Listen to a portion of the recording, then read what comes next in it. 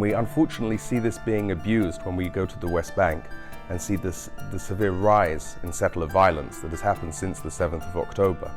According to the UN, we're talking about 3 times the number of attacks daily. The spread of weapons and weapon ownership within Jewish society should really bother everyone within society, because we know that these weapons can fall into the wrong hands in the future. They can be aimed in gender violence against women, they can be fired by children, and terrible accidents that can happen.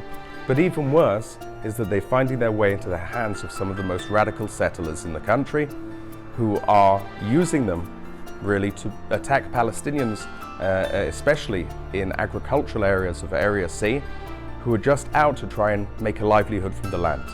At the same time, we're seeing a conflict that clearly doesn't have a military solution, and any rise in violence or weapons is going to end tragically. We need to find a different direction out of this. Israel is a country where it is becoming easier to get a weapon license. And so there's a series of bureaucratic steps that need to be taken in psychological testing and shooting a weapon and having a license. But yes, it's becoming much easier. And I see around me, even in the town that I live in, I see friends, men and women, who've decided to purchase a private weapon. Settler violence is tolerated by the current Israeli government. They tolerate it. There's members of the Israeli government who incentivize, who promote settler violence. This is unacceptable. Settler violence must be wiped out through law enforcement, through the Secret Service and through the army working together to put these violent terrorists in jail. It's a very dark time.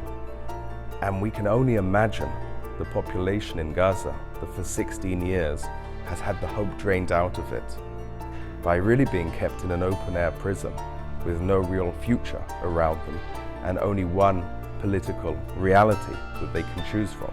It's a terrible human rights abuse.